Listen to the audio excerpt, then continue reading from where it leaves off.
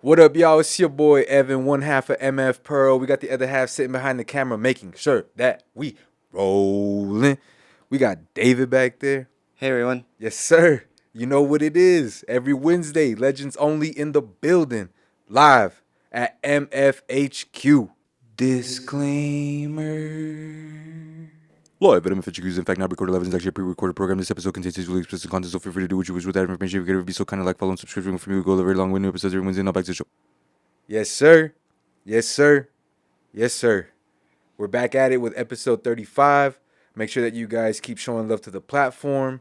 You guys can find all of our full-length episodes on YouTube. You can find live at MFHQ. You can find midnight sessions on there.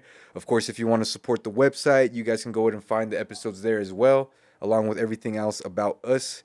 But if you guys catch us on your favorite streaming platform, Spotify, Apple Podcasts, Amazon Music, make sure that you guys show love on there how you can. Save it, give it a rating, like it, share it, whatever you guys can do, because it goes a long way. And of course, you can always keep up to date with all of our latest updates because we're most active there on the Instagrams at MF Pearl. But hey, yo, let's get back to the episode one time. Today, we welcome a guest who is a professional within the world of real estate. After a little bit of research, his career began over 7 years ago. Yes, sir. And he has seen plenty of success here in the Sun City, as he is consistently ranked amongst the top realtors here in El Paso. But from our perspectives, in order to be one of the top real estate professionals of the city, one could assume that it requires consistency and a deep understanding of where we're going, not only just within the real estate market, but also as independent professionals who offer their services on their own terms. It's not easy to be entrepreneurial driven, so we applaud our guest for the discipline and the responsibility he's taken in order to never stray too far off of the mission, if ever at all.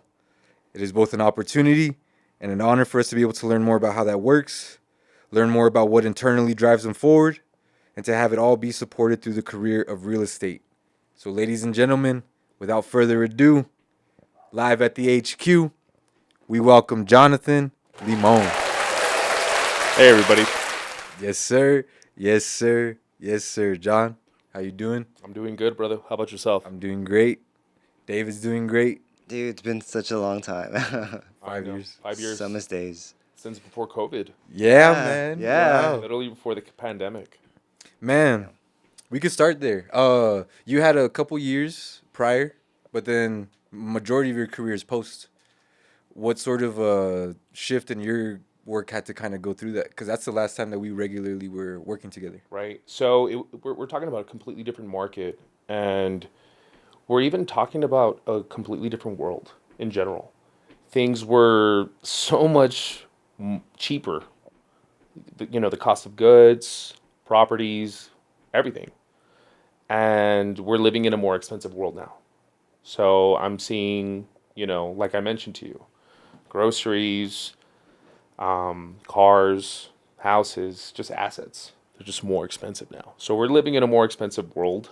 That's exactly what happened. I see the prices of how some houses were back in the day, pre-COVID days, and I'm just like, wow, like everything just absolutely ballooned. Mm-hmm. And I know it's not just only in the real estate sector, but yeah. So it's been a while. What was It's about 7 years ago, so over 7 years ago. What was the initial mission behind becoming a real estate professional? Was it kind of something that you wanted to do, or was it? I mean, was it something that? Yeah, I'll let you answer. Sorry. No. So great question. So the reason why I got into real estate was I actually had a buddy in it, and he was my best friend at the time. He told me, "Hey, you know what? We've been friends for a long time. We're very similar. That's why we're friends. And I think you would have a knack for this." So just based on the jobs that you've had, I was in sales. I was selling mattresses before. And he said, "Hey, there's a lot of elements that you could apply in this career, and it's very lucrative. And I think you have the look for it. I think you're eloquent enough for it. So try it out." So I did. It was a little rough at first, but it always is rough whenever you're doing real estate. It's kind of like flying a kite. It's hard to get the kite up in the air, but once it's up in the air, like, you're good. You're like on autopilot. in essence. You still have to do a lot of work, but the hardest part is always at the beginning. But that's what got me into real estate. Just my buddy told me to get in, and yeah, the rest is history. I do pretty good. I love it. I love that I'm my own boss. People sometimes think that, oh, you're your own boss, like you can take days off whenever. Like, I don't take days off. I'm always working, and I like to work. So it's not very grueling work, but it is very taxing on the mind. But yeah, I love what I do. That's really good. What a great answer too, man. In the beginning, when you did say it was rough for you, what would you say were those initial hurdles that you had to overcome? So a lot of it is so I had to have a second job Okay. so that I can have money coming in. I'm not married. I don't have like, hey, like I don't have a wife that could, hey, can you foot the bills? Or I don't have a very supportive family structure where like, hey, mom and dad, can I stay with you all for a little while? Or could you cover my bills for the next few months until I get this kite up and going, until I get the business going? Mm-hmm. No, I had to work. So that was extremely hard. So I had to do 2 jobs. I had a night job, and then my day job was real estate. So there would be times where I would run late to my night job because I was showing houses like till 7, 8 o'clock. So I still had to go home, take a shower, get ready, and then go to my night job. And then I would be done like at 2, 3 in the morning, and then wake up like at 8, 9 o'clock, and then do it all over again. What was the night job, if you don't mind me asking? Oh, I was bartending. Okay. I was bartending because that was the only job that allowed me to have the flexibility to work still and earn some money, and that would work with my schedule. Mm-hmm. So I did it, and I remember I got fired. And I got fired after a few months just because it was just too much. They let me go, and I remember my mentor at the time was like, hey, this is the best thing that could have happened to you. At the time, I was panicking. I was like, what are you talking about? Like, I need to pay my rent. I need to pay my car. Like, I have no money. Mm-hmm. And he was like, hey, because you lost your other job, you're able to now focus just 100% on real estate. And, lo and behold, he was right. I just gave it my all, and that's when I started getting more consistent with my closings, and yeah. And the time that you freed up, I mean, like, what was it necessarily the benefit? Because I guess as you're saying it, I'm trying to imagine how bartending may have gotten in the way, other than it got in the way of sleep. Probably that might have been one of the biggest things for you. But did you add more real estate work into that time that would have been spent like bartending? So here's the thing: you only have a limited amount of personal capital. So you have a limited amount of time. Like, you only have so much. You only have so much energy. You only have, you're limited. So, of course, not having to worry about, okay, I'm still working 5 nights, 4 nights, doing this. It wasn't as taxing on the body. So that's the physical aspect of it. Oh yeah. And because I wasn't so exhausted at work, at open houses, I was able to perform fresher. I was able to execute better. And it showed, it showed. And I wasn't juggling too many balls. No, I was just juggling one, and I was getting really good at it. And yeah. You went from like juggling to just handling the rock. Mm-hmm. Just handling the rock. And yeah. Dang. How do you how do you define like the evolution of learning how to close a lot better? Like, I know you say you come in fresher, but what sort of how much does standing up straight change the course of a sale, of a transaction? Not just that's just an example, but like carrying yourself better. Like,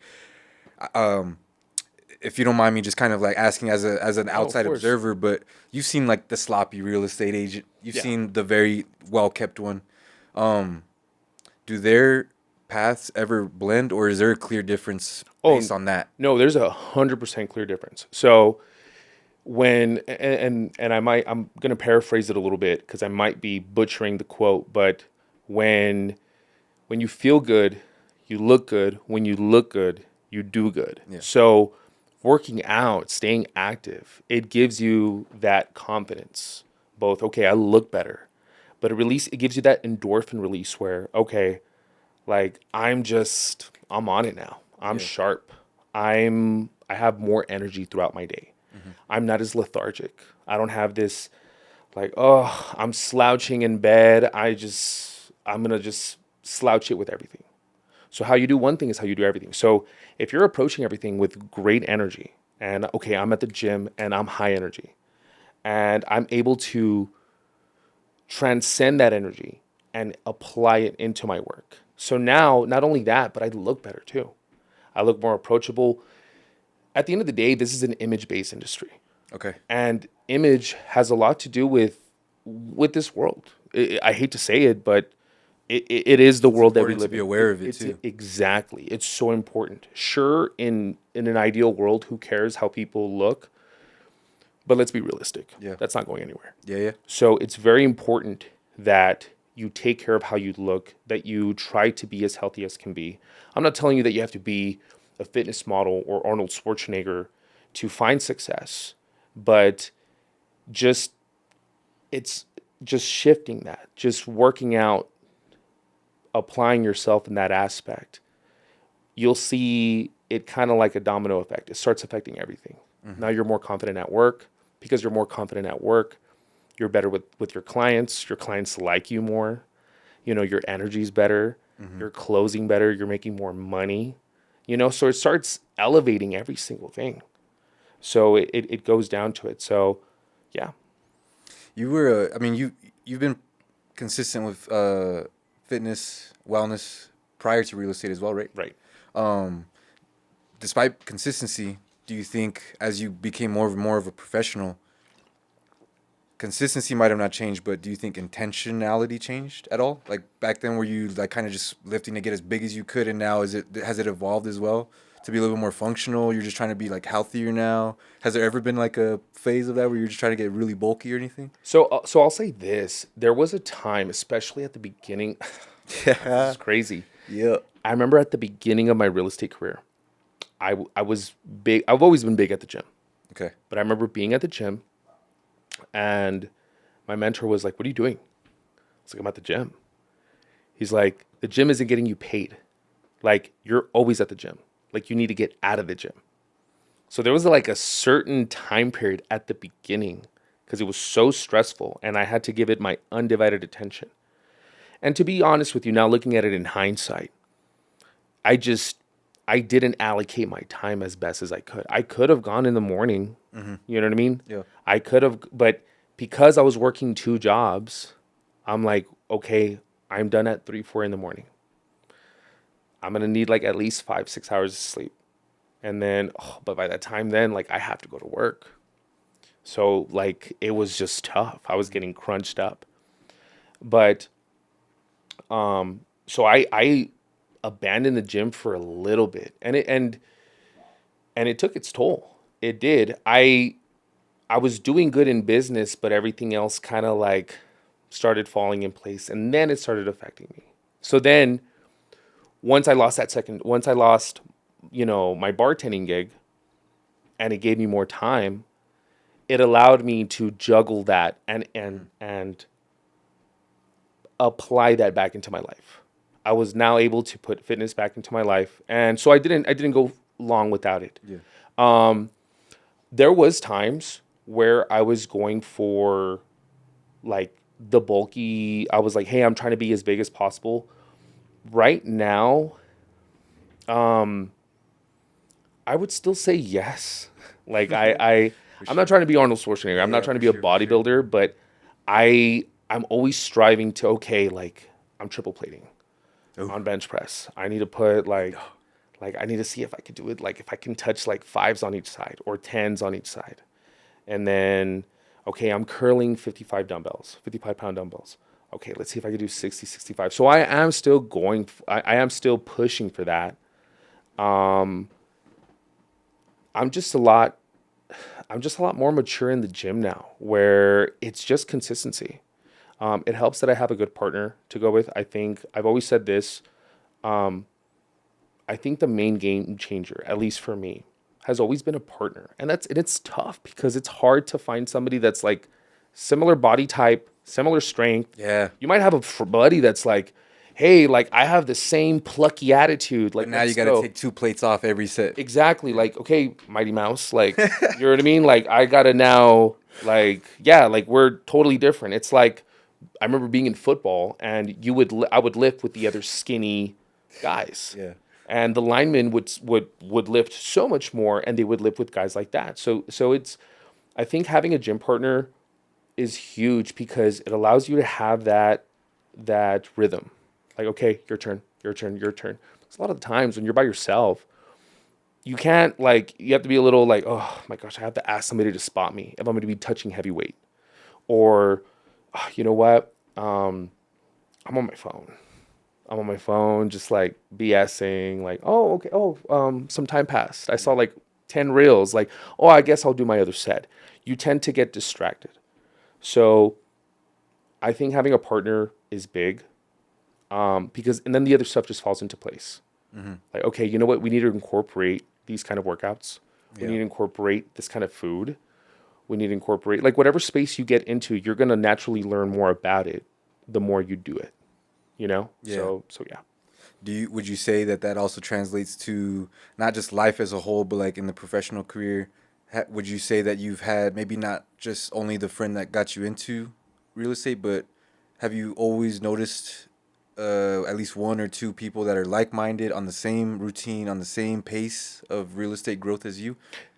Yeah. Oh yeah, for sure. So I tend to see the people who do very, very well, they have a lot of parallels with myself. So we tend to like the same stuff. We tend to read the same stuff. Are you more early risers as well? Like, what are those? Can you list out? What are those characteristics? Yeah. So I would say, of course, they wake up early. Okay. Also, they're readers. Okay. Okay. Yes. They're big on reading.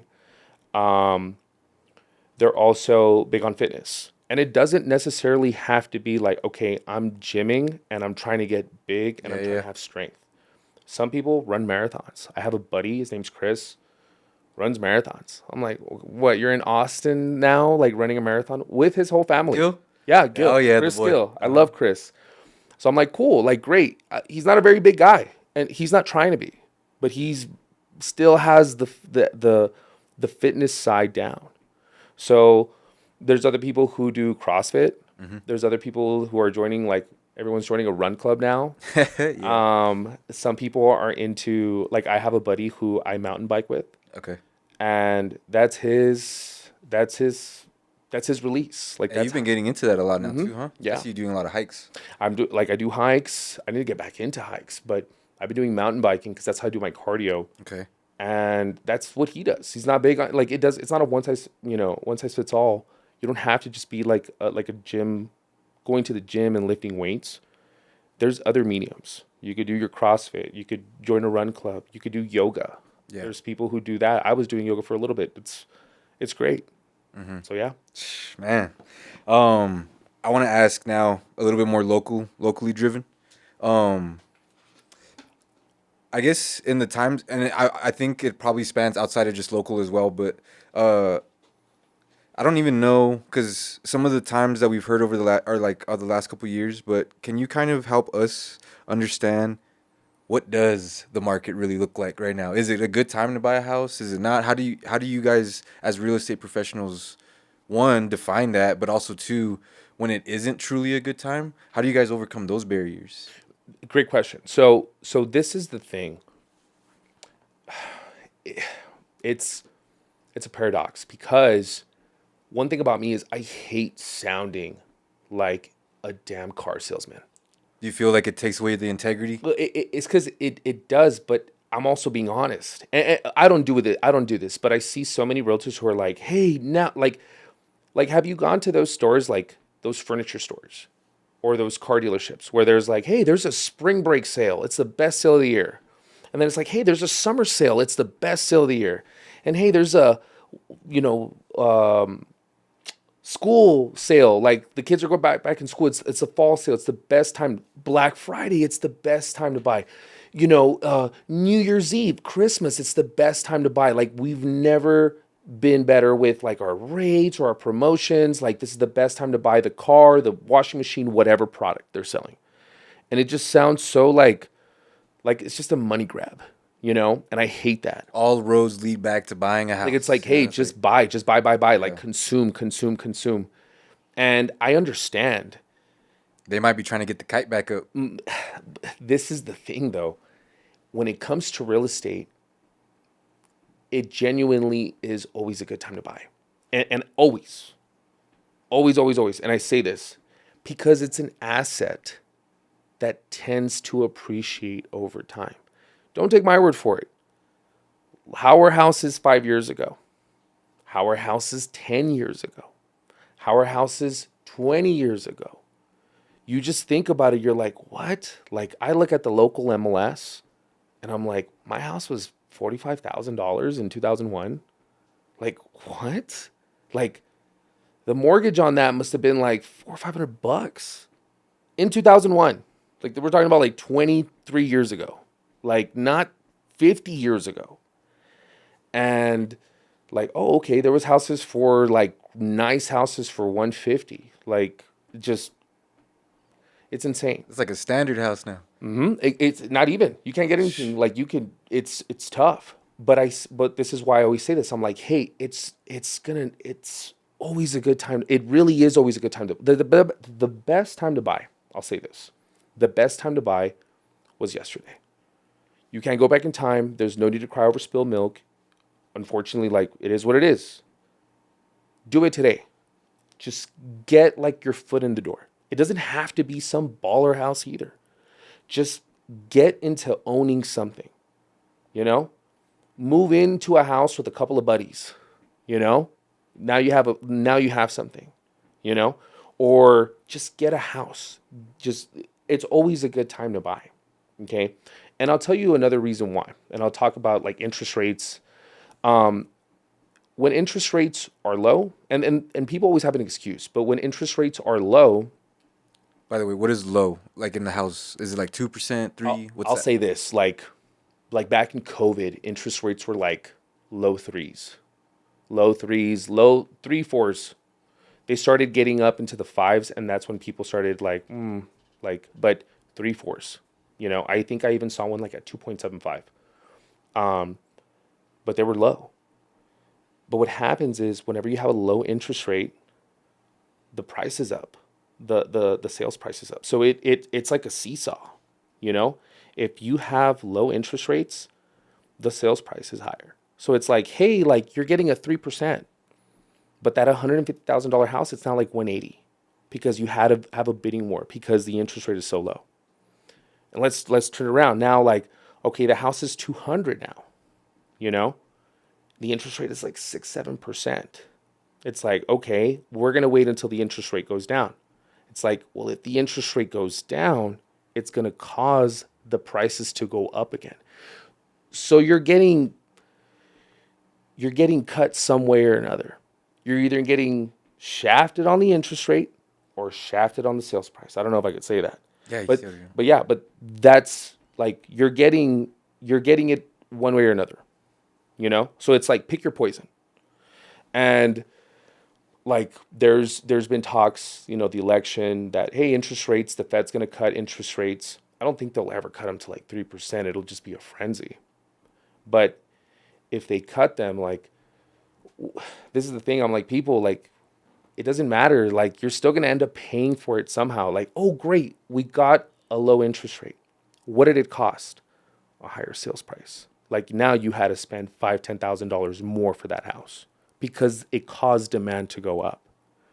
So that's why I always say, like, hey, it's irrelevant. Like, oh, the interest rates are high. It's irrelevant because I was like, because it keeps the prices down. Oh, the prices are low, or the prices aren't inflating as much. Okay, but the interest rates are high, or vice versa. It doesn't matter. Like, just get your foot in the door, if that makes sense. Yeah. And I know I'm a little, but it's just, yeah, it just people always get lost in the sauce. They get analysis paralysis. They sit on, yeah, every single time. Like they sit on the fence. Like I have this girl, okay, and I remember I think we She reached out in 2020, 2021. Okay.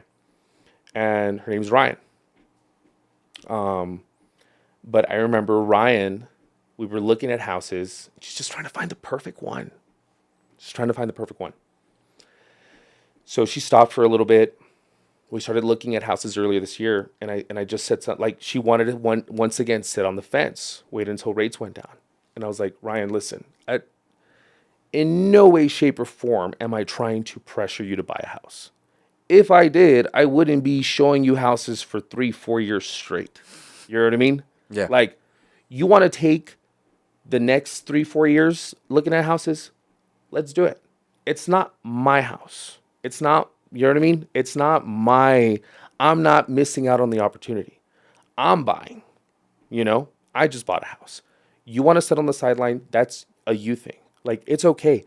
I do well for myself. I'm not just depending on you to buy a house. Like, I don't need you to buy a house so that I could go. I would love if you bought a house because that's how I get paid. But I'm a person first before I'm a realtor. So I'm not going to put your needs before me. But if you want to take forever, it's just your opportunity that you're wasting. So I told her, hey, had you have pulled the trigger back in 2020, 2021 when we met, you would have had like $50,000, $60,000 just in whatever property you got in there. You would have had a lower rate. Like, we're looking at properties, and I'm like, you have a rate double. I mean, and a house that's not as impressive as you were looking at before. You lost out on buying power because that interest rate ate it up. And when the interest rate was down, it caused the price to go up. So, like, you got hurt both ways. You're now getting a smaller house, a house in worse condition, that's more expensive with a higher interest rate. I'm like, because you were sitting on the fence. I'm not trying to pressure you to pull the trigger now. You could take your time. I just want to let the record know that's what happened. And she was like, wow, like, that's true. And yeah. Man, first couple of times that you're working with clients, though, I'd imagine that, you wouldn't be that confident to just, like, hey, set them to them straight like that. But how, like, what sort of, is that one of the prime examples, or is there other earlier examples of clients that really tested you on being the professional? You're the expert at this. You have to guide them. And I guess what helps make that difficult, not, I guess for lack of a better word, lecture? Right. What makes that difficult lecture that you have to give to the client easier for you to do? Because at the end of the day, it's for the betterment of them. Yeah, for sure. Okay. It's for them. If I don't apply that pressure on them, and I'm not trying to hard close them. Yeah, for sure. Because that's the thing about real estate, and this is what I love about it. I was in sales before. I didn't like it. When I was selling mattresses, I didn't like it. I remember there would be clients, because we did not sell like a specific line of mattresses, and we didn't sell Tempur-Pedic. And there'd be clients that would go in, they're like, it's because we really want Tempur-Pedic. And I remember I'd be like, well, Mattress Firm has it. The competitor, I can print out, like, I can tell you where they're located. That way you could go to them, like, you know what I mean? Because there's sales elements in real estate, but it's not just, I can't hard close you. It's more of building a relationship. 100%. Because here's the thing. If I were to tell you, you got to buy the house now. There's a whole like 30 to 45 day cooling period. Like, there's a whole 30 to 45 days before you even get the keys. So, like, it's not like furniture, or it's not like a car where it's like, drive off the Corvette. It's like, ooh, you don't want it anymore? Like, there's a restocking fee. Like, ooh, sorry, like, you're going to have to eat that. Or sorry, no takebacks. The client or you? Like, you as a salesman, okay. You can't do that as a realtor. Like, in fact, it's like, okay, now you have to pay for the inspection. Do you still want to move forward? Yes. Okay. Now you have to pay for the appraisal. Do you still want to move forward? Yes. Okay. Okay. Now you have to submit all these documents. You still want to move forward? Yes. Okay. And it's annoying. It's super annoying. And it's like, finally, when we're about to close, it's like you have to sign like a Harry Potter book's worth of pages. So it's like, are you sure you want to buy this house? Are you sure? Are you going to pay us back? If you don't pay us back, we're going to take it from you. Are you sure that you want to buy this house? You know? So it's one of those things where you have to put the relationship there. You have to put the relationship first. If you only look out for yourself, people can feel that, and they're not going to want to work with you. So it's for the betterment of them at the end of the day. Like, just like what happened with Ryan, she just lost out on $50,000-$60,000 like that. What was the outcome of that? Did she end up deciding to? No, she's still on the fence. Ooh. She's still on the fence, but her parents, they're like, hey, like, you got to get it going. Like, they're putting now more pressure on her than ever before. In fact, to the point where they were about to buy the house for her, but she had like a lot of pride. So she was like, hey, like, I want to do it on my own, But like, they're like, hey, this guy is making a lot of sense. Like, you lost out on, like, here's 50, 60, and I'm being somewhat conservative here, Like, that's assuming that the property only shot up 50, 60,000. Like, there's some that shot up way more than that. So it's like, hey, would you have done that? Like, you would have you're talking about just money just disappeared. And because I didn't apply the necessary pressure, she lost out on that. And so I remember I hard closed this client. His name's Nick. Oh my gosh. So this was 3 years ago. This was 2021. I remember he was buying a house on the west side. This house had a pool. It was in a great area. So he was buying it, but we got hit with like two things on the house. So the first one that really freaked him out was the house had termites. And it's an area that is prevalent with termites. It's older west side. Okay. Mm-hmm. And then the second thing was, turns out that somebody died at the house. And we didn't know until like a week before. So they sent us a seller's disclosure notice, which tells us if somebody died. They told us that somebody died. Not only did somebody die, but they sent us a link from KFox saying like what happened. Man. There was a dispute. Two brothers got into it. One shot the other, and boom. So murder. There was murder there. His whole thing was he was planning on using it as an Airbnb. So he's like, bro, like, all signs are telling me not to buy it. Like, there's termites and like somebody died there.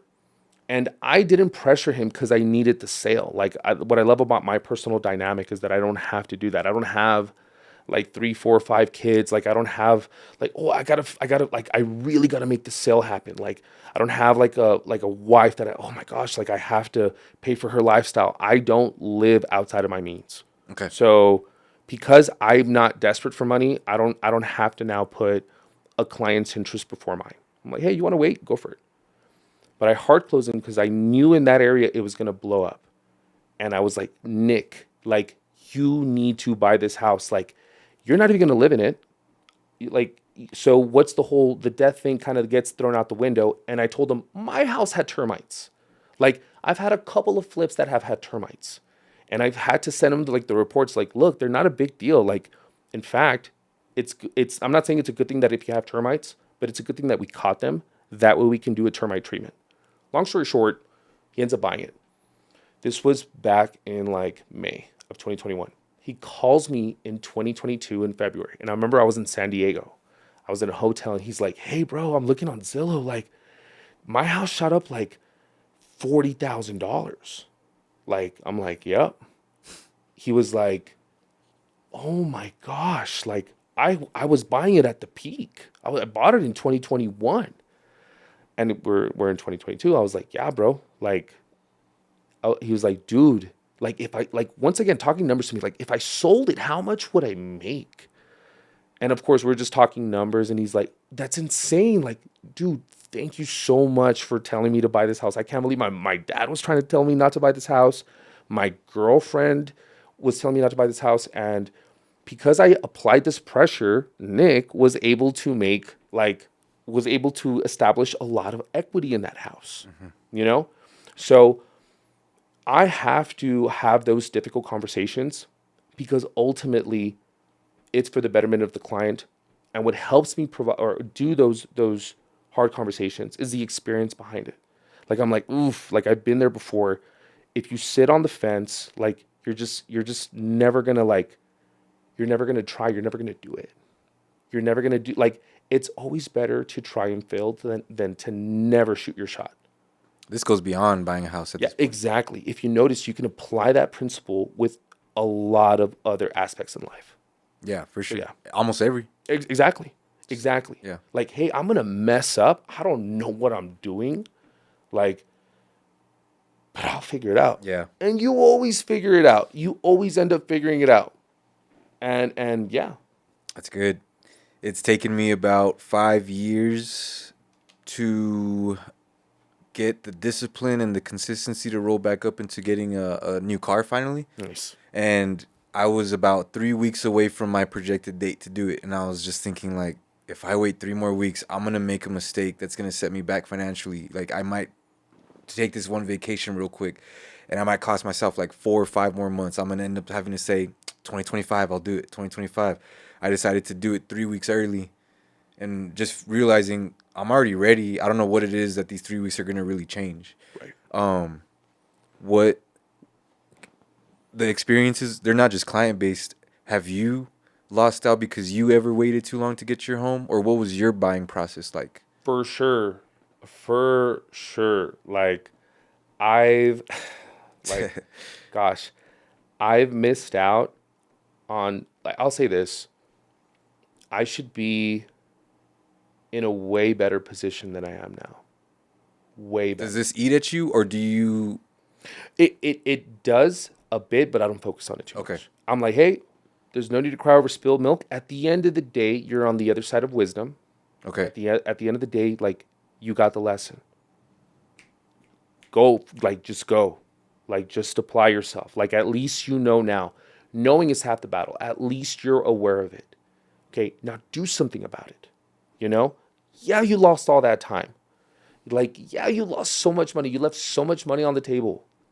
But, like, what are you going to do? Like, this, it's not going to get your money back. It's not going to get your time back. So, like, at least whatever you learned, just know that don't ever do that again, and just go. And I'm grateful for it at the end of the day. I'm grateful for my mistakes. You know, that, like, I am. So, like, one thing that I've oh my goodness, one thing that I've delayed forever.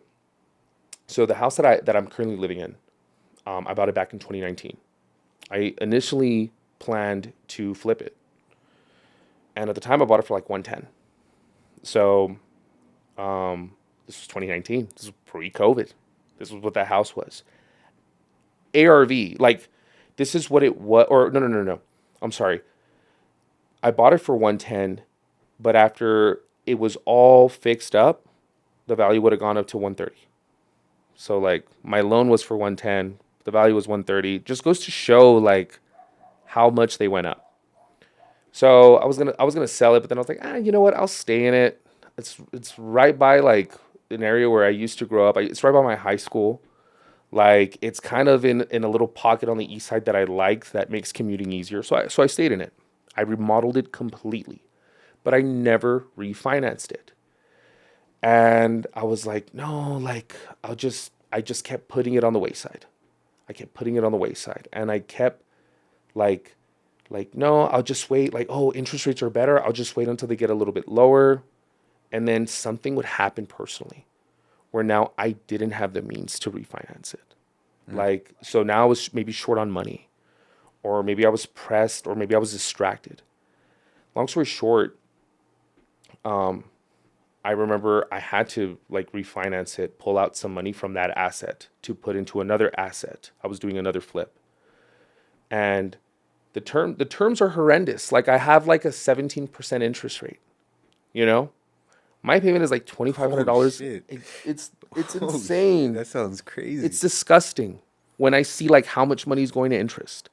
And like, this is for years, guys. Like, I've been doing this for years where I'm like, 25, I was like, I could have had like a decent house for $2,500 a month.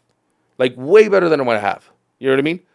So, but because I was on the fence, because I was too scared, because I didn't just say, hey, like, screw it, like, I'll figure it out. Like, yeah, that's what happens when you sit on the fence too long. But I'm seeing the light at the end of the tunnel. I'm barely refinancing now. My payment's going to be cut in half. Like, it's going to be like at 1,300. So I'm like, hey, that's really good for today's market. You know what I mean? It's hard. You know what I mean? It's a decent house. It's a good house. And the payment is relatively low compared to what's out there. So yeah. So, like for example, if like someone's gonna buy a vehicle, right? Right. They've been wanting to buy it for X amount of time. They've been pushing it off. But what indicators can you point out where like, no, you can take that leap of faith without getting burned? Like you are ready to take that. Okay, so first you got to look at the things from like a logic perspective. Like if you have the financials, like if you have the money for it and you're qualified for it and you're like, hey, I have the funds in there. Or like if I have 80% of the funds, but by the time like, we finalize the loan, I'll have 100% of the funds. Okay, good. Like if you have, like just look at the logistics of it. Okay. But I mean, Beyond like the logistics, for you, what are like the inner feelings that that tell you that you're ready? You know what I mean? Because you know how we've been talking about how like you've been very persistent that it's always like now is the best time. sure. There has to be a moment though where somebody might not be in that position and maybe you do have to give them that cold heart thing. But Right. what are those displayers of like internally, those internal things? Because it can't just be the logistics and whether or not they have the money. If you have a client that you see going around like binge drinking and stuff and they have a lot of like lifestyle things that they might need to change first. Do you know what I mean? Like, is there ever such thing as that too? So like, it's because I go back to logistics because like the times when I have to tell clients like, hey, it's just not in the cards for you right now. It's just not in the stars. Like, it's just not on right now. You'll be there in 3 months. You'll be there in 6 months. You'll be there in 12 months. You'll be there after you graduate. Just not right now. And it goes back to logistics. But I would say like some factors that indicate, okay, like I'm ready is definitely like if you're scared, but like excited scared. I guess if I'm talking about the intangibles, if I'm talking about the abstract, like, okay, like I'm scared, I'm nervous, but I like, at least for me, it's always big on gut feeling. I'm always big on gut feeling. I'm like, okay, like I'm very much in my mind. So that's why I always tend to side to the side of logistics. I'm like, okay, like logistically, am I okay? But also, like you might think, okay, logistically, I'm spread a little thin. Like this is gonna financially stretch me a little bit, you know. But if your gut feeling, your intuition is telling you, like, hey, like do it because if you do it, sure you're gonna be stretched a little bit, but you're gonna figure out how to acclimate in that new like, okay, like now I have to pay more, but I'm gonna figure it out, and I'm always gonna figure it out. So that gut feeling, and once again, the reason why I say logistics is as long as it's not something insane, you know, as long as it's not like, okay, well, like I'll get this car and it'll be like 70% of my monthly payment of whatever my monthly income, then it's like, okay, bro, like you're making a stupid decision. Like that's stupid, you know? But if you're like, hey, you know what? I can do it. Like it's going to test me to acclimate, to get better. It's going to force me to level up.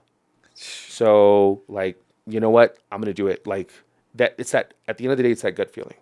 And one mistake that I've done is I've ignored it.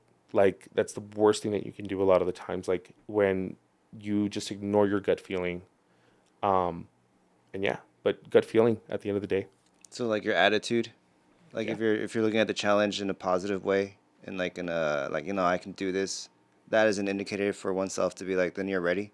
Exactly. And then what contributes to the attitude? If you're doing the numbers and you're like, hey, like this is doable, like you automatically, like your mind tells you, hey, like I'm confident about this. It's going to test you, it's going to challenge you, but you'll be all right. Like you'll figure it out. Like yeah, you can get this done, you know? But if you look at the numbers again and you're like, this is like kind of insane. I'm kind of just trying to stunt, or I'm kind of just trying to like, I'm doing this for the wrong reasons. Then you're setting yourself up for failure. But it's like you can find the answer in those things. Yeah. Can you read that off of your like your clients? You can read like, oh, these guys are ready, or these guys need more time. 100%. 100%. Like For the logistics or after or both? I do both. So I do both. So like I look at their logistics. Like I'll give you an example. I had a lady. She recently applied, and she could buy the house, but for her, she was like, "Hey, for me personally, I need to pay off my truck for me to feel good about this. Like for me to feel confident about this purchase." In my head, I was like, "Hey, like you're ready, like you're good to go." But like, I mean, sure, at the end of the day, whatever makes you feel comfortable. You know, there's been times too with clients where I tell them, hey, like, just like I have a buddy who is thinking about switching industries. He's making good money where he's at now, but he wants like the freedom to see his kids more. He works to death, you know? So he just wants that little bit of freedom. So his whole thing is like, hey, I'm going to switch industries. So he's applying for a house. And in my head, I'm like, I might tell him like, hey, like, it benefits me if you buy. I don't think like it just, I wouldn't pull the trigger until you know, and you have to underestimate it. You have to like be conservative until you know what you're most likely going to make. Because if you buy this house and then you switch industries and it's not the same money, then boom, you set yourself up to fail. Yeah, for sure. You know? So like I can tell like, hey, like you need to pull the trigger, or hey, you need to sit down on the sideline for a little bit. Like I do this all the time with sellers. And sellers, it's a little bit more easier because once again, it's just numbers. I can look at their numbers and I can say like, hey, like I wouldn't sell if I were you. Like you could sell if you want. I get paid out of that. But like I mentioned to you, I'm a person first before I'm a realtor. And I'm like, hey, like I would, if I were you, just kind of relax a little bit. I wouldn't sell yet. You know, you're not going to make as much money as if you like wait a little bit, or it's just not worth it. You're going to sell and then you're going to buy, but you're going to be you're going to have a worse interest rate. You're going to have a smaller house. Like, no, it's just not worth it. So yeah. Would a realtor who's trying to get, who's realtor first, person second, would they ever be in a situation where they're telling a seller to wait? No. Okay. I just Like- wanted to make sure that there's no benefit to having them wait. Yeah, no. Because at the end of the day, like when they put themselves first, The way they're you said trying to it. get paid. Yeah. Like they're like, hey, I'm trying to like get in, get out, get in, get off, get out. There's Like, no such thing as one of those types being like, if I can hold them off for like a year, I could get like a lot more out of because it. they don't think like that. Okay, They're got very you, got you. transaction. Got you.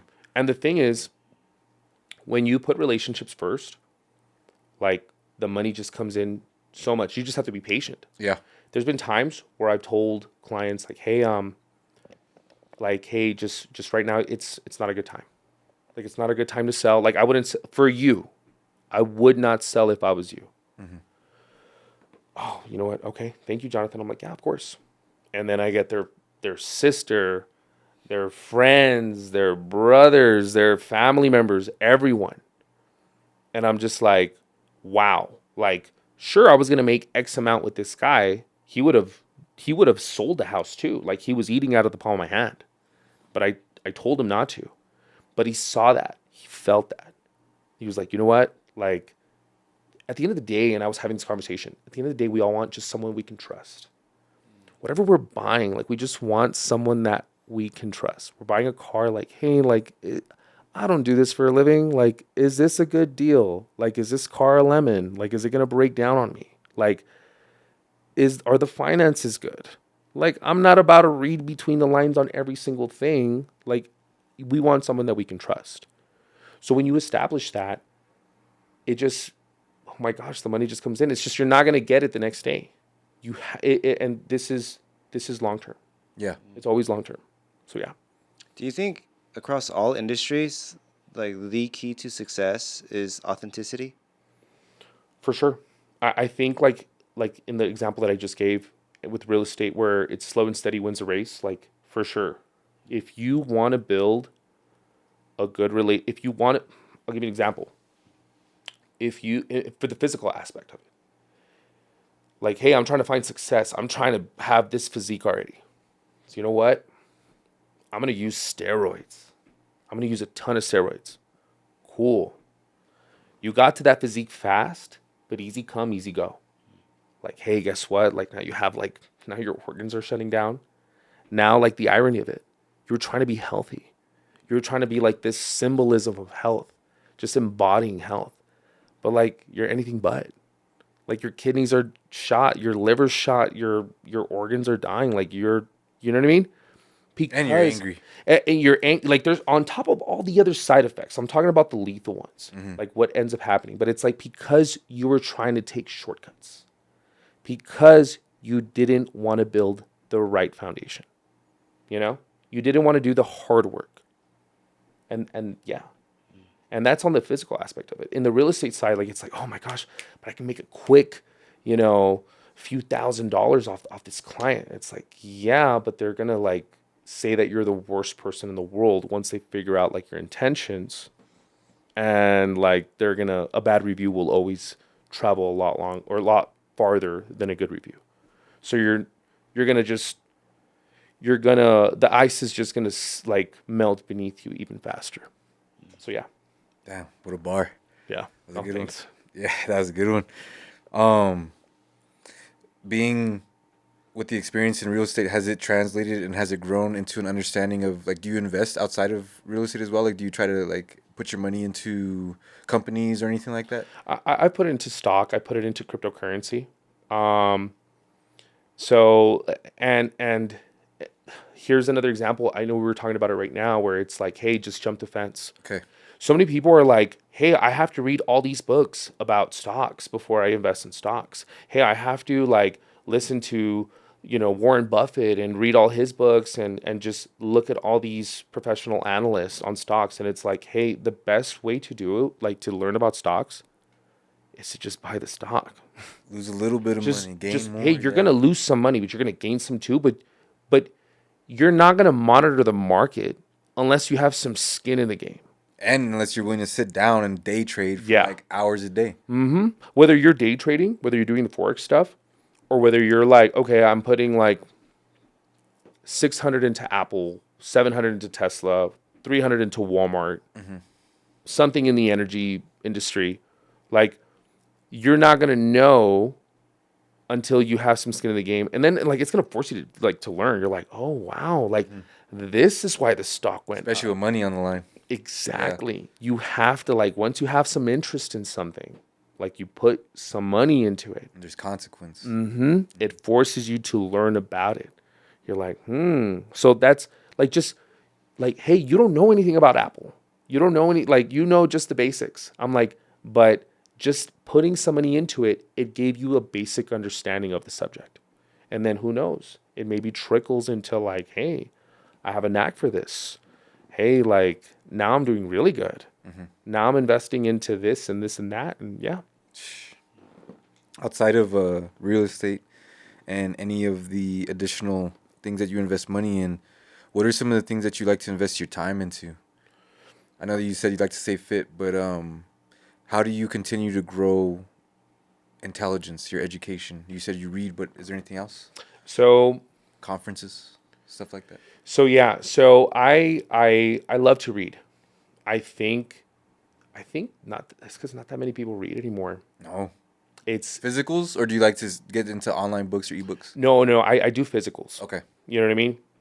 So I was doing this mental toughness regimen. It's called 75 Hard, Okay. where it forces you to read, forces you to read a self-help book. None of this like Harry Potter stuff, 50 Shades of Grey stuff, like nothing like that. Like just self-help or business. And you have to do it for 45 days. And it like you can have such a leg up on everyone by reading. Like because no one does it, no one reads. Like everyone is so dopamine fried, and I've been guilty of it too. But just that's one thing that I do that I love to do. I know we talked about working out. I do go to I do pay for like mentorship and business conferences. So Can we talk about that a little bit more? yeah, absolutely. Like, so I recently did, and I would pay for it in a heartbeat. I was fortunate that I didn't have to pay for it. But I recently did like this Brian Buffini training for real estate, and oh my God, it's such an absolute game changer. And I've gone to different conferences. I've gone to different like maybe not real estate centric conferences, but I've gone to like self-help conferences. Like I've done a lot of Tony Robbins stuff. I've done like the 10X conference for Grant Cardone. I love doing those things because one, it kind of shows you like, oh my gosh, there's a lot of like-minded people here. And oh my gosh, maybe like I don't feel so alone with the problems that I have. And it gives you it gives you fresher perspectives.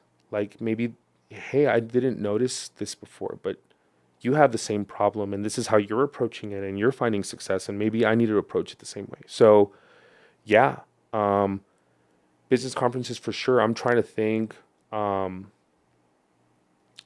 what else like I dive into that really helps out. Do you consider any of like the stuff that isn't so deliberately to grow? Do you ever consider having some time and space for the brain to shut off and for mindless entertainment to be one of those core things that you still have to make room for? Or do you find yourself maybe going like grind from wake No, up to I do, but the best thing to do is to always make sure. Well, because you love your, I know you love your sports. yeah. So like so I mean, yeah, in that aspect, you're right. For sure. Like sometimes it's like, hey, let's go watch some football, you know? Let's go watch like some movies. Yeah, yeah. To escape. Let's go to the movies and let's go to Alamo Draft House and just Oh, good choice. yeah, like just hey, like let's just chill and watch a movie, escape for a little bit. But I don't do that much. But I think it is important. I think it is important. You need a little bit of contrast. You definitely do. You can't just be because you'll just dull out. You'll just get all jaded. You'll get like you need to like I need to rest a little bit, and I need to maybe I watch a movie now. I Yeah. don't do that stuff that much, but yeah. But it's also because you are a driven person, and so a more driven person is gonna have naturally less time for it. Mm-hmm. But also maybe it means a little bit more to maybe you enjoy a movie better than the person who's just binge watching movies. Mm-hmm. That's always just watching movies. Yeah. Exactly. So that's why you always need that contrast. Yeah.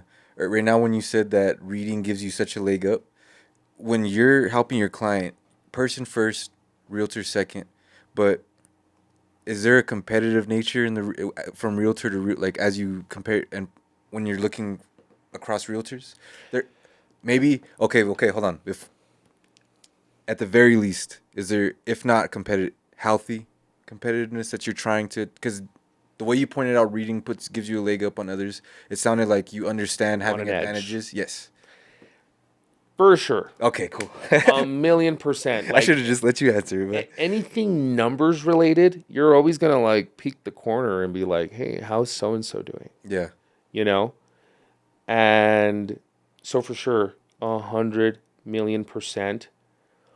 I think it's so important though to not let your ego get in the way. And I think that's the main problem with competition, because it's like me, like this person beat me, or this person's like challenging me. Like I thought I was top dog. Like I thought I was him. And this person's putting me in the dirt, or this person is like, you know what I mean? Like, Yeah. wow. And I think there's nothing wrong with friendly competition, because it forces you to like, good. Like, I love that stuff. Like, it forces you to level up. It forces you to get better, for sure. But if you let your ego get in the way, then you'll stop growing. And this You might start hard selling some people. yeah, exactly. You might start putting your interest in front of the client. And it's so, just because your ego couldn't handle being number 2, number 3, number 4, number 5 down there, or exactly that. So, Hey, that might be one of the other big components. Like we talked about authenticity, but management of the ego could be the other key component to what it means to be truly successful. for sure. How So many like people where their ego shut them out? it just forces them to like not like, it forces them to not adapt and get better. So I'll give you an example. Like I've been doing this for 7 years. There's this guy who is in real estate too. He's been doing this for like maybe like 2 or 3 years, like a fraction of the time that I've been doing it. Rookie, yeah, like 2 or 3 years, like, but like doing like double, like more than double my production. You know what I mean? Like just running circles around me. Not only that, he's like 10 years younger than I am. You know what I mean? Pissing you off. Like it like the ego is like, wow, like, but I can either let it overtake me, and I can start making excuses, or I can say, hey, like, maybe you're not as badass as you thought. Like, hey, you still got a lot of work to do. Like, you still have a lot of improvement to do. Like, this guy, because I'm 32 years old. So there's so many people, I'm still relatively young in my industry. Okay, Even though it's becoming an industry where there's more and more young people coming in, like 32 is still good. There's like, you have your 40s, your 50s, your people in their 60s and 70s doing it. You know what I mean? But I'm like, okay, I'm still relatively young. I was in my 20s like 3 years ago. You know what I mean? Like, it's not that far along. But it stings. I'd be lying if I said it didn't sting. Where I'm like, this guy's 10 years younger than I was. When I was 20, and then you start comparing yourself, and you're like, when I was 22, I was just a knucklehead, you know? Yeah. And I was making nowhere near that money. And this guy's making more money than me now. And I'm 10 years older than him. It just keeps going back to those like... Yeah, but you have to have some grace. And what I mean by that is like, you have to just think, like, sit back and be like, hey, like, what is he doing that I'm not doing? If you let your ego get in the way, you'd undermine him. You'd be like, oh, this guy, whatever, like, he's not really him. Like, you wouldn't study him. You'd be like, oh, like, his tactics, his methods are nonsense, BS. Like, he's full of, you know what I mean? Instead of like, hey, like, he's younger than me. He's been doing this less than I have. Put your ego aside. Just know that you can learn from him. If your ego's too big, your ego won't allow to learn from him, because for some reason you still think you're a superior to him. So like, I look at his stuff and with grace, where I'm like, hey, like, I know when I'm defeated. I'm defeated here. And I take a step back and I'm like, hey, I'm defeated here. I ultimately will remember, hey, at the end of the day, like, I'm doing great. Like, relax. Like, you're living a life that some people would kill to live. Like, you're doing great. Do not lose perspective of that. There's probably a 55-year-old looking at you thinking, oh, hell no. Yeah, and there's always a bigger fish. There's always someone younger. There's always someone faster. There's always someone stronger. So I'm like, hey, like, at the end of the day, like, I live a good life, you know? And this is not to just like, just, oh, like, this is a pity party. Like, no, like, I do. But I look at him and at the end of the day, I'm grateful for him. Because I'm like, because if it wasn't for him, it wouldn't be forcing me to start looking into methods that'll level up my game. If my ego was in the way, I would never think like that. I would just be hating. I'd Yeah. just be envious, you know? But I'm like, no, like, bro, learn from him. Just because he's younger and, you know, been doing this for less time than you.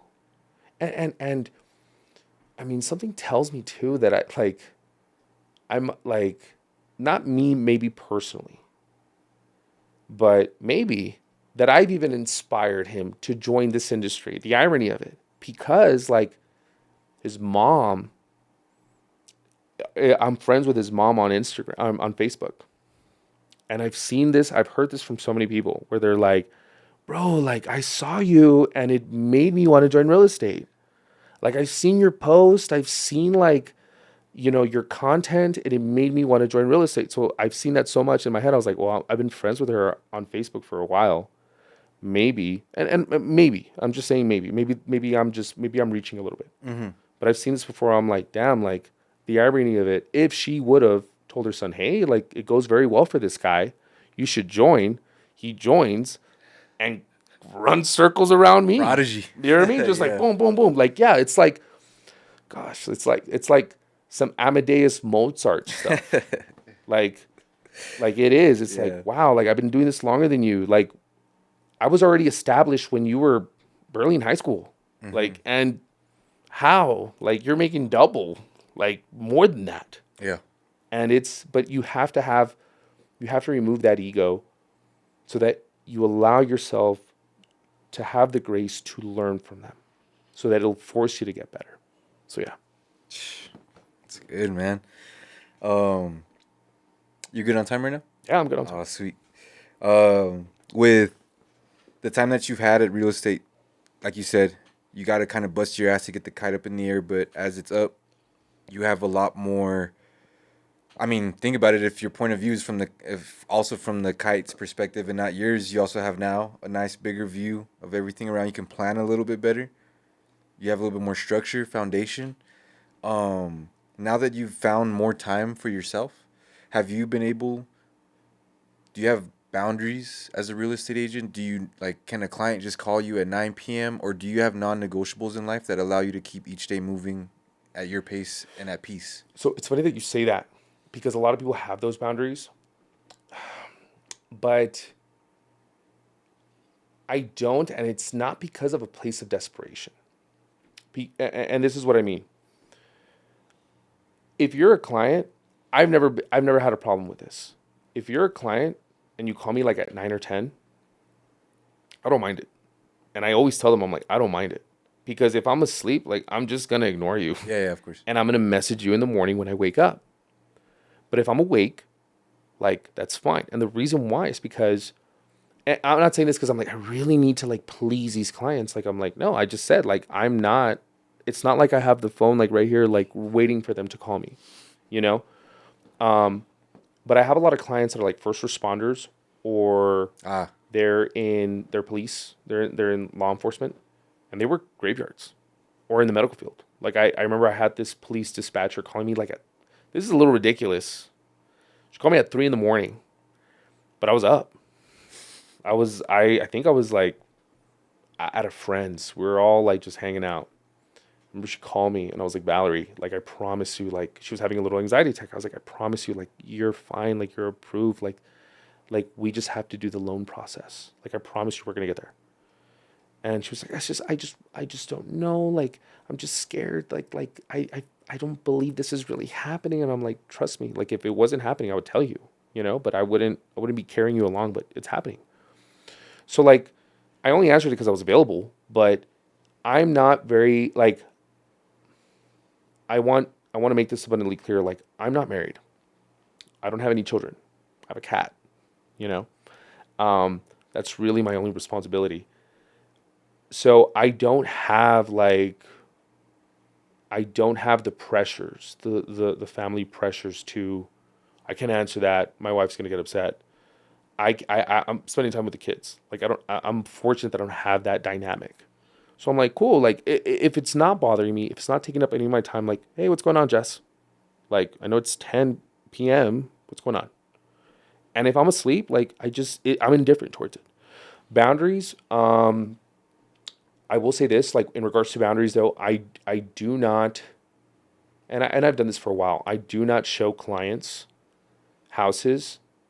I only do it once at the initial meeting, but I will not continue to show you houses if you're not pre-approved, if you haven't talked to the bank. And my whole explanation will be, hey, if you want me to get ready, drive all across town, waste my time, my energy, my gas, everything, and you can give me 20 minutes on a loan application, because that's how long it takes, because I've done it, then, hey, like, this is not symbiotic. This is not a win-win. Like, you're a user. You know what I mean? Like, I'm not asking for too much. I know I'm not. I know I'm being reasonable. So, like, if you can't go through the trouble of doing a link, then I will not go through the trouble of getting ready, showing you, scheduling appointments, confirming those appointments, driving all across town, wasting my time, energy, and money, and explaining to you about the details of that house. Like, I'm not, you know, like, I will go to bat for you, but you got to do this for me. So that's one boundary that I've established. But I've established that a while ago. I also don't. It's because I'll say this. I also don't work with disrespectful clients, but it's rare if I ever come across one. I just come across really, really, really great clients. There's been some clients before that I fired, and they were adamant about me not firing them, and I ended up working with them and selling their house. But like, I don't hesitate to fire a client. I just haven't had to. Just because, once again, the dynamic isn't a desperation dynamic. It isn't like, hey, I need to get this deal to close because I need to feed little Timmy or my wife, or I have like a lifestyle that I live out of my means. Like, I have this outrageous truck payment. Like, no, I'm like, hey, like, I would love to sell you a house, but I don't have to. You know what I mean? And this is why, once again, it circles back to, like, I don't have to put my needs before yours because my setup, my dynamic isn't that way. Yeah. You know? So, yeah. Do you have routines Oh, for throughout sure. your day that you're very strict about? I do, and I've recently gotten away from them. Recently. Which ones? What are they? I love, and I spoke about this before or earlier. I love 75 hard. Okay. So I love 75 hard. When I'm doing my tasks, that's when I'm at my happiest. Because productivity to me is happiness. That's a difficult challenge because you got to work out twice for that, right? You got to work out twice. One's got to be outdoors. One of them has to be outdoors, but it could be a 45-minute walk. Yeah. Which the majority of the time I would either do that or a 45-minute bicycle ride. Okay.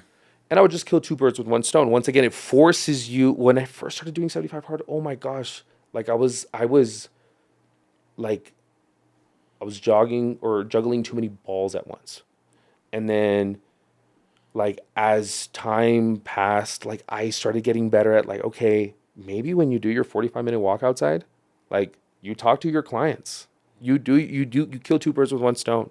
Like, hey, while you wait for this client to get there, or in between appointments, read your book.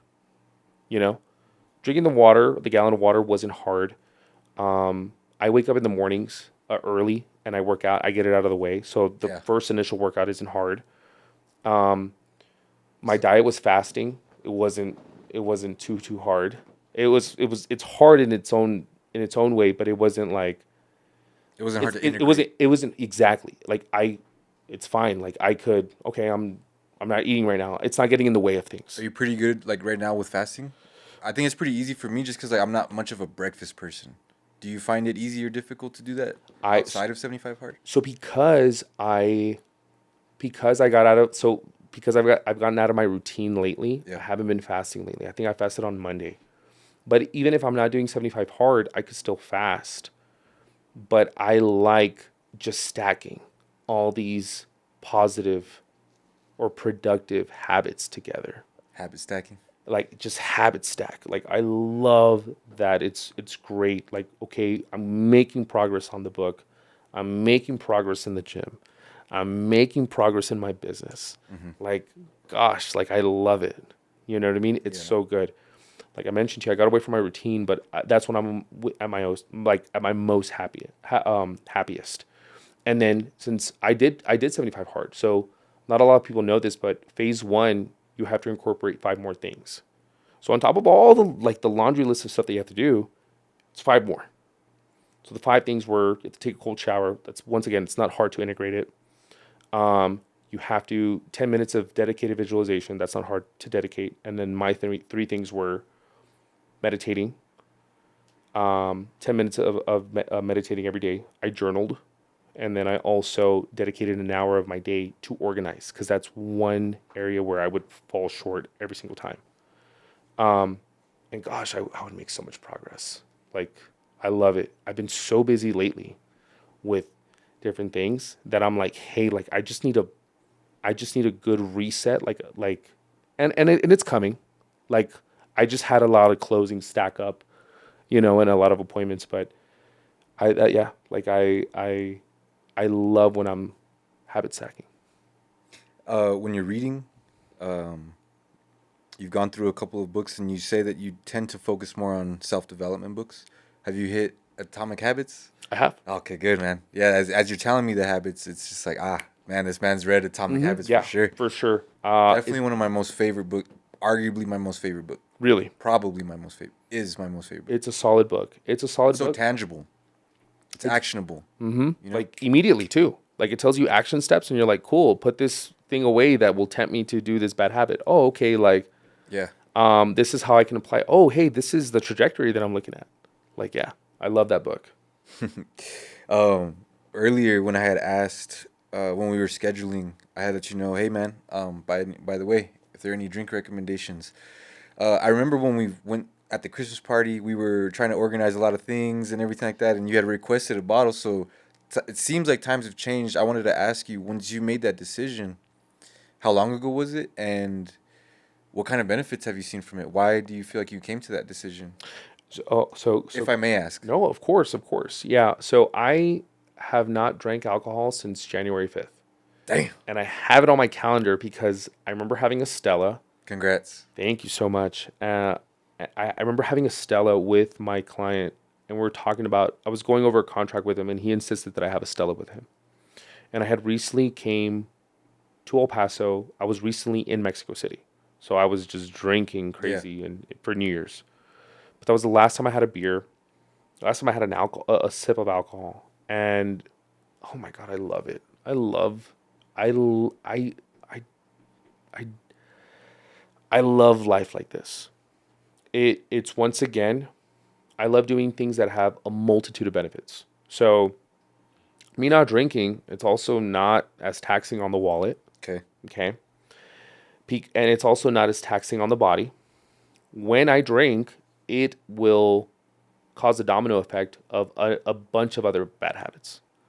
You're going to eat like terrible. You're going to sleep in. You're not going to go to the gym. It's going to take you a few days to recover.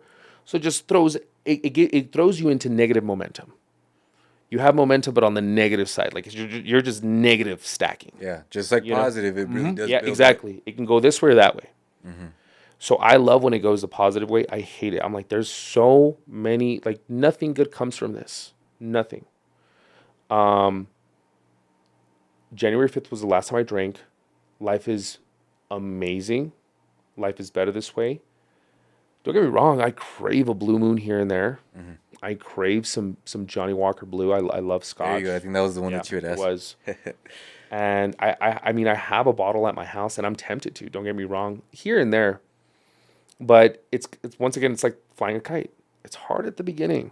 It's hard. You're just, especially like in a city like this where it's like you get so much social pressure to drink, Yeah, But so much. like Atomic Habits, don't put yourself in those positions. Don't make it easily accessible to drink, and you'll be fine. So I've done that at the beginning, and life is just so much better like that. It just allows me to positive stack a lot more. My wallet thanks me. My body thanks me. And Here's the thing, though. I've had a good amount of nights where I drank, and I'm grateful for them because I'm on the other side of that wisdom. It's not like, oh, well, you were never like a drinker and I've never really partied. Like, no, like I've had my fair share of nights where I painted the town red, but I'm grateful for them because I'm like, oh, I don't regret living like that. Like, I don't, like, I see people out, like on social media, and I'm like, I'm not jealous of you at all. Like, I'm not envious of you at all. There's some people who have like FOMO like crazy, and I'm like glad that I'm missing out. Like I'm Oh like, man, yeah. yeah, like I love it. I love it. And then the next morning, like I'm able to once again just like get a leg up, get an edge. It's like I love having that edge too. Like it's like cool, like I didn't drink. Cool, my physique looks that much better than yours because of these little atomic habits. Because I'm not negative stacking. That leads to like more negative habits. Yeah. Um, what would you say is like the long-term goal? You get what I mean by that is every day, somebody goes out when someone makes the decision to go out, get faded that night, and while you decided to go out and be responsible for the evening, indulge in your own, just whatever you like to indulge in that has grown beyond transcended alcohol, for instance. What is it? Because if they're enjoying the moment right now, not to say you're not enjoying the moment, but is there like a goal where it's like when I'm 50 and you're 52, I'm gonna be living a lot longer of a happier life? Is that what you envision when you make these like these I don't want to call it this because it sounds like It you're sounds like missing out I'm something missing good, out. but these compromises. Right. Because, sorry, just to extend Oh, the you're question good. really quick. Like I have this almost for sure feeling the social pressures have not escaped it regardless. They still enter your life. Like what are you like how do you battle those? Is it because you're envisioning that long term when you're 50, or is it a more I'm in the present right now mindset? So, I'll say this, like, it's not so much like I can't wait till I'm 50 and you're 50 and because I'm living in the future and I'm not enjoying the present. It's not so much that. And I'm going to piggyback off of what I was just saying right now. Like, I've had a good amount of nights where I was drinking. I remember I used to throw crazy high school ragers. I was partying hard like at 16, Yeah. at 15, 16 years old. So I've had my fair share of those nights. You know what I mean? Got you. Yeah, yeah. So like in my head, I'm like, hey, I'm not missing. I was like, I've been here before.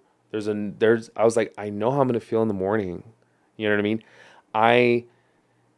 My end goal at the end of the day is to have balance in the four focal aspects of my life. And I know drinking alcohol won't get me there. I know drinking alcohol will just hamper the progress. But what keeps me from not wanting to drink is just the fact that I've done it before. Okay, yeah. Like, and I'm so grateful for it. So it's not like I'm like some kid that was raised like in a Mormon household that like I've never had anything. I'm a virgin to everything. Like, no, I've done everything. You know what I mean? And I'm on the other side where I'm like, trust me, you're not missing out on anything. You know what I mean? Bigger picture now. Exactly. Yeah. I'm like, yeah, this is peanuts. Like, Yeah. There's like a balance of living in the moment but not seeking instant gratification. Is that fair to say? 100%. So it's like, and here's the thing, like I'm still having like, I feel enriched Oh, when yeah. I read. And the traveling you get to do. You go Exactly. on some cool stuff. You go cool places, man. I've been to some good places, and my whole thing is I'm like, okay, if I'm gonna drink, I'd rather just instead of just drinking like paper cut style, where I'm like, okay, just drink, but it's like little, like fee, like money. I'll just not drink, and then when I do drink, or when I do like decide to indulge, I'll do it somewhere where it's worth it. You know what I mean? And it's like it comes out to about the same. It's like how much money, like if you do some personal accounting, how much money did you spend on drinking this year? And not just drinking, the stuff that like the stuff that resulted from drinking. All the bad food, Water beezy. all the Whataburger, yeah, all the stuff. Like what, like, and how much money you also have to account for. Like, how much money did you lose from not being sharp the next day, like calling in, or not being sharp, losing that like momentum, you know? So you also have to see like just because I didn't like lose it, like it's an opportunity lost. It's still not just because I didn't. It's not just like, well, I spent like $20 here, $30 here, $40 here. It's not just that. It's also like the potential that you lost. Like because you decided to sleep in, you missed this opportunity. Like you could have been so much better, but yeah, like you missed this closing. You weren't as fresh. You missed this client. Like there's thousands of dollars out of your account. Thousands of consequences, and also just like on your end, the moment you decide to go have the drink, I have not been able to go ahead and just stop, but I've definitely been able to manage it a lot better. So as you're telling me, you're giving me a lot of insight, so thank you. But at the same time, one of the pieces of insight that I'm gaining from this is it's not just the consequences, but like how, like you said, now you're hungry afterwards. Now you got to decide to call. It's just that one decision to drink led to a lot of other decision making as well. And would you say that in your life, is it a fair question to ask you? Do you try to live a life with as little decision making as possible so you can be more present and enjoy the more relevant, important decisions that you have to make? For sure, because This leans towards a little bit towards like minimalism in a way, but not too much, because you did say that you like to live not below, but within the means. yeah, so for sure, because it takes energy to make a decision. Yeah, every time. And you don't realize it until like it's like near end of day and you're like, man, I'm exhausted. I'm mentally tired. But if you have your routine in place, if you have it on autopilot, you're looking at, like, I look at my calendar and I'm like, cool, like my tasks list. I'm like, cool, I don't have to think. This is on my tasks list. I'm good. I'm golden. I have an appointment. I have to call this person. I have to do that. Great. Less thinking. Don't forget, you also have to drink your water. Don't forget, you also have to go on a walk. So I'll stack them, but I'm like, perfect. It's not as exhausting as I'm like, oh, don't forget, like I still have to do this. I still have to make this decision. What should I do here? What should I do there? Oh, for sure. I love the routine lifestyle. I think it's such a cheat code. I love not having to just always make decisions. Living in that routine, living in that autopilot. I'm like, cool. Like I already know what I'm gonna do. I already know what I have to do. It lets you brace for the unexpected things too. Yeah. Maybe, because I do think that someone who is too into the routine can, depending on like their the way they respond to curveballs, like it could make them fall apart. For sure. You can't, at the same time, you can't be too dependent on one thing. Yeah. Because guess what? Like if life throws you a curveball and all of a sudden like, oh hey, I couldn't do my routine like today. I couldn't do all my tasks. Like, how are you gonna oh my gosh, did you like just lose it? Like you just Shit, you missed the gym for 2 days. And then what does it lead to? Like, no, it's you can't get too addicted to it. You can't be like, well, you know what? Like, I didn't do this, but it was still an overall a W day. It was a win day. I had more wins than losses today. So great. I'll just pick it up tomorrow. Let's take a little bit of a left turn real quick. Being being an El Paso real estate professional, you've gained an understanding of where we're going in development wise. Is there anything that gets you excited when you're thinking about where we're going as a city? Maybe you could share a little insight since you've been on the inside of it a little bit. So I'm noticing like El Paso in regards to the real estate sector. There's more master plan communities. Like there's this new one in the Northeast where there's like a lazy river in the area. I've sold to a couple of clients in those areas. They have a full blown amenity center, and that's just phase 1. So that tells me like, hey, there's gonna be a phase 2, a phase 3, a phase 4. Like, can you imagine what that looks like? Yeah, and it's I love it because it just goes to show like where this city is going, and it's going in a positive way. There's going to be more things to do because of those amenities. At least, and that's just an example. Like in that specific subdivision, but I'm trying to think of other things too that the city's incorporating or the city's bringing. Do you think as a city, do you think we pushed the boundaries of what real estate could be just yet? Or do you think we're still in such a safe zone and other cities are kind of doing some wild shit? It's because that's why I was reluctant to answer that question, because I'm talking about master plan communities, but it's still like when you compare it to. Okay, let's ask this then. What fascinates you when you do look outside of El Paso when it comes to what real estate could be? So I've been flirting with the idea of leaving to Dallas. Okay. And that's just because, and I mean, this is such a trite statement because everyone always says the same thing. Like they're like, "Oh my gosh, there's a whole world out there. You're exposed to new people and better opportunities." But it really is that, you know?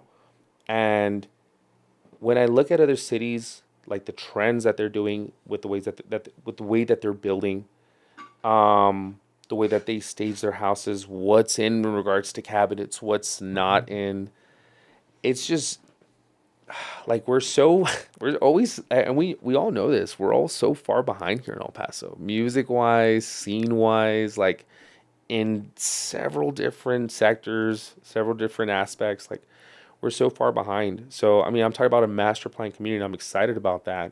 As a lazy river. The freaking, you know what I mean? Like Austin and Dallas, they're like just laughing. They're like, "Oh, for sure, this is like another Tuesday for us. Like this is peanuts. Like we have so much to do." So, I mean, but at the end of the day, you have to be happy for the little wins that El Paso's. You know, like, "Oh, cool, like we're doing this. Oh, cool, we're doing that." Yeah. You know? Yeah, for sure. Let's talk a little bit about the marketing side of it, creating content for trying to sell homes and make a brand for yourself. I think we've gone from this fascination. I think they'll never go away. Everyone's gonna need their MLS photos, but at the same time, it's almost turned into a lot more laxed and casual, just walkthroughs with a phone and a voiceover. How do you like this transition? How do you feel about it? Does it maybe make you think like, damn, like I gotta be the content creator now, or what? Does it stress you out, or does it make you excited? Both. Okay. So for sure, because I'm like, oh my gosh, like now I have to add some. At first, I thought that way, you know, but then I'm like, it's all about switching perspectives, and how you switch perspectives, how you switch attitudes is gonna just dictate like how you're overall going to perform, you know. So at first, I would be discouraged. I would be reluctant to do content, and in some aspect, I still am, you know. But I'm diving more deep into it because I'm like, hey, this is where this is going, and if I miss the train, then I don't want to miss the train. Sit on the fence. Exactly, and that's why like I have like my video guy, and he's like I'm paying him now, like, hey, teach me how to do these walkthrough voiceovers. Like, hey, like, we're going to have to sit down and you're going to have to ask me, like, I'm going to talk about, like, real estate tips to push out. So, like, we've been doing that these past few months. You know what I mean? And in fact, tomorrow I'm meeting with him so he can show me, like, how the different, not just how to shoot your different angles, but, like, the different software programs he uses to edit, like, these videos and to make them come out really well. So at first it was discouraging. Now I'm like, you know what? At the end of the day, like this beats installing a roof. And not only that, but I used to hate social media, and I still do. And there's aspects of it that I hate, but I love it more now. And that's just because I'm like, hey, you know what? I've taken it once again. I shifted perspectives. I'm like, you're not going anywhere. It's only becoming a more integrated part of your life. You know what I mean? I don't get lost in it too much, but I'm like, if you can leverage it as a tool, oh my God. And that's what I'm saying. Like I'm seeing the person I was talking about that I was talking about earlier, he's leveraged it. And I'm like, oh my God, like you came into this industry a fraction of the time that I've been, and you're making over twice the amount. You're selling so much. You're finding so much success because of this real estate stuff. Hey, this real estate stuff is something to look into, or this social media stuff. I'm sorry, is something to look into. Like, do not sit idly by. Don't miss your shot. So, I mean, I'm starting. I'm like I like it. I'm starting to like it. I'm still reluctant to post. I'm like, oh my God, I gotta post this. I gotta do this. I gotta do that. I gotta, But I'm like, hey, like, just do it. It's gonna force you to learn. Like, your first videos are gonna like kind of suck, but it's okay. Like, you're gonna refine them. So, yeah, I'm starting to like it now. That's good. It's not going nowhere. It isn't going anywhere. It isn't, and it's very hipster when people are like, social media. I'm like, guys, like, it's not going anywhere. Like, I'm not telling you to like just worship it. Absolutely not. Like, you know what I mean? No, there's a life outside of social media, but like, use it to like benefit you, you know? I think, because I do try to manage that. Especially as we do nothing but produce content that's gonna live on social media. It's hard not to be on it, but at the same time, I think it's one of those things to embrace it. Like, for instance, a lot of our stuff is long form, so its most suited place is YouTube, of course, but YouTube is also in a sense, there's comments, there's liking and sharing, so it's social media, Yeah, it is. And I guess one could try to be closed-minded and push it off all they want, but another person could also just easily say it's the new TV. This is exactly where we all watch all of our entertainment now. This is where most people brand, and it's not commercials no more. It's not radio ads. It's reels and everything now. Excuse me. And I think that does help alleviate the pressures of having to create content. It's just that, like, I mean, yeah, we're on such a grand scale now. Everyone could literally promote their business now. It's not just about, oh damn, it's only the ones that could afford a TV ad. It's as long as you have your phone. Yeah, exactly. As long as you have your phone, like, yeah, you can go viral. Do you feel like you see the most pushback from older real estate agents? 100%. I'd imagine, yes. And I see them, and I told myself this, like, hey, because I love embracing the new and the old. Okay. I for sure tell myself, don't ever be like, well, music back in my Don't day. be unk. Do not be unk. Don't be an old head. Like, because I'm like, that's when you're officially old, and this is what happens. You subconsciously just close yourself off to the new. So, like, if I was very big on like the tradition and the old ways, I would not have the grace to want to learn from this kid, to want to be like, hey, like, to be inspired by him. Yeah. To like to do better. Yeah. Like, hey, like, I can do it too. And I wouldn't, because I'm like, well, like, I'd be so in my ways, Yeah. They do reject it, and I see them pay for it.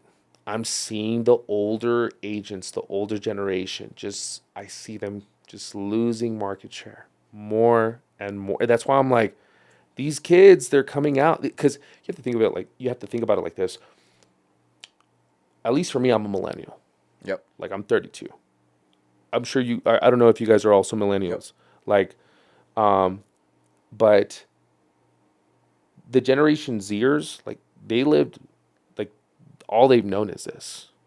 They know this. They know how to maneuver around, like, Gen Alpha, man. They know how to maneuver it while they're playing Minecraft. Yeah, exactly. So they're even better. Yeah, dude. So they, like, you don't ever have to worry about, like, the previous generation. What you have to worry about is, like, just how I'm getting, like how I'm, like, getting sunned by someone. I'm like, Gen Alpha's gonna sun you. Yeah. You know what I mean? Like, it's happened. Just like how I was sunning somebody else before me, But I see it. I see it. If you do not keep up with the times, it's just basic Darwinism. You have to adapt. You have to adapt to a constantly changing environment. And it's not always the biggest. It's not always the strongest. It's not always the fastest. It's the one that's able to adapt. And yeah, I'm looking at them. I feel bad. And the ones that are trying, like, you could see the difference in quality, when I'm seeing some, like, older person who can't make their way around a phone, and their reel isn't as crisp. But I mean, it's okay. Like, they're at least trying. But yeah, I see them. A lot of them rebuke their they rebuke the like the social media, and I'm seeing them pay for it. That's why I'm like, I can't go down that route. That's why I'm like, it's better to just embrace it. It's not going anywhere. It can get you paid. You can use it for good. So yeah. It's good that you're able to see it before it becomes too late. I believe there's a point where it's too late. You're just too stuck in You're just the too ways. stubborn. You're just an old man now, you know? Yeah, John. Let's finish off with one more, and it's just a little bit because we've talked a lot about being present, being in the moment, having routines to help you alleviate decision making that can sometimes lead to just bad trajectories. But when it comes to like looking forward and looking ahead and planning, do you see real estate being a real estate agent, a real estate professional as the ultimate end goal, or is there some certain, for lack of a better word, and it's still a proper word, are there dreams that this leads to, or do you want to keep developing this because this has become and grown into the dream itself? So if anything, my eventual end game is, I've thought about this. It's just this is something that I'm like, okay, I can go down this rabbit hole forever. My eventual end game is to establish a team, which then establishes potentially maybe a brokerage or a company. Okay, that's why branding is so important. So I'm like, hey, I really want to brand myself well, and I want to bring on other agents that share the same core values that I do. You know, relationships over transactions.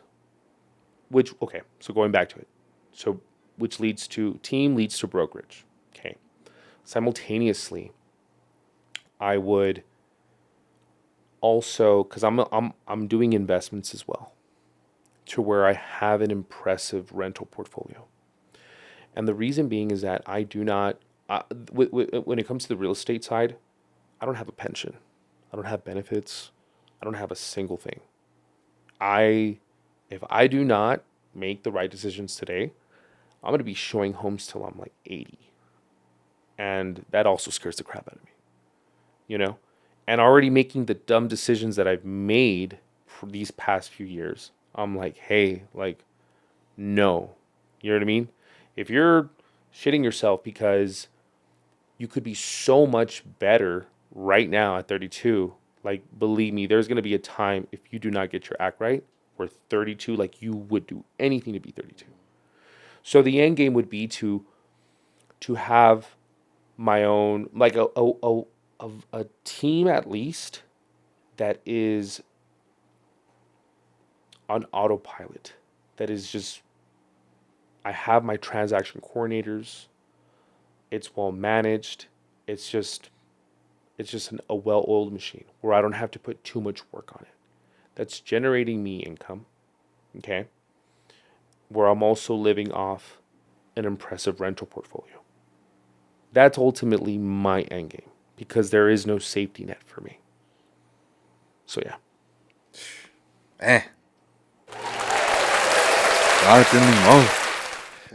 Dude, wow, man. Thank you so much for coming through and sharing a lot of that insight, man. It was really good to hear. And honestly, like, here, and when we used to like work within the same building, I wouldn't really call us like coworkers. We're on whole different like missions, but at the end of the day, I don't think we've really had a chance to really ever just have a conversation like that. I think there was one time where it was like after hours and I was able to like talk to you a little bit, but dude, you have such good insight in the way you think about things and the way you process stuff at such a, because it is like truly 32 is still such a young age, and for you to recognize the responsibilities you haven't obtained, which are like what a lot of people I think strive for a lot. A lot of people strive for, they need to settle down with someone to me. They need to have kids and all these things like that. But it's almost like once you reach this level at 32 and you realize you still haven't really obtained that yet, and you have a lot more potential, like you called it, glass ceilings. it becomes a lot more exciting to look at life like that, and it makes you appreciate, I think, when those moments do end up happening. It's not, and I know in no way were you implying that you don't want that or anything like that, but to be aware that you have the freedom right now to take advantage of that and grow as much as possible, all it's going to do is it's going to lead you to be an even better person for those people when they come around. Oh my gosh, you hit the nail on the head. Yeah. 100%. And I'm just so thankful that I was able to hear your insight on all of that. That leads to me having that opinion about you. No, and thank you for having me. Like you were asking the best questions, and even when I would get stuck, you had an amazing way of like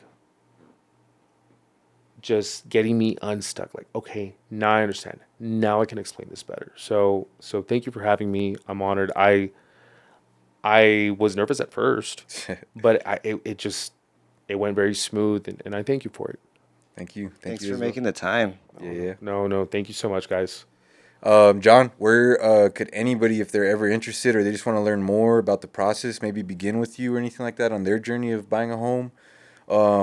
Where could they find you at? Where do you like to be reached at for all of your stuff? So you could reach me on Facebook or Instagram. Those are the two main social media websites or applications that I use. Also, you could reach me at my telephone number is 915-731-2273. It's everywhere.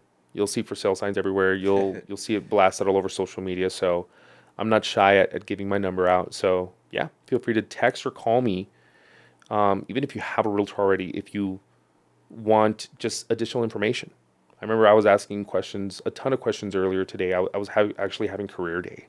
Yeah, that's right. Yeah, I did career day today, and somebody was like, "Hey, I just bought a house back in September," and sure enough, I was like schooling this guy on his property taxes. Like I was like, "Hey, this is what you want to do." So, yeah, just feel free to text or call me if you need anything. You also had to go prepare for some squatters, man. I did. I saw that. I had to go, and I had to bring the piece with me. Yeah, man. And yeah, so yeah, it was an eventful day. I had just the arc. You know, I go from helping, or presenting to children to going to my house, getting my firearm, and then going to a listing of mine, preparing to try to get some people out of there. And then now I'm doing a podcast. And then just a bunch of follow-ups in between. Man, what a day. Yep. That's why the routine is important, by the way, because if you have a lifestyle that just like takes you a lot of different places, you got to be able to just handle all that. Mm-hmm. John, one more thank you for sure. But hey, yo, man, that's how we do it over here at the HQ, dog. Good conversations only. Make sure that you guys keep showing love to the channels, whether it be YouTube. Of course, if you're streaming this on your favorite platform, Spotify, Apple Pod, Amazon Music, make sure that you guys like it, share it, give it a rating, get us those 5 stars. And whatever else you guys can do to show love, it goes a long way. But of course, if you guys are keeping up to date with all of our stuff on the fly, chances are you're catching it on Instagram. So make sure you guys show love there. Give us a follow at MF Pearl, at MFHQ Live, whichever ones, man. Just all the support means everything so we can keep the platforms growing. But that's going to do it for this episode 35. Jonathan Limon, legend. Big time legend, man. That's how we do it. Yo, legends only. Every Wednesday, Volume 2, live at MFHQ. Yes, sir.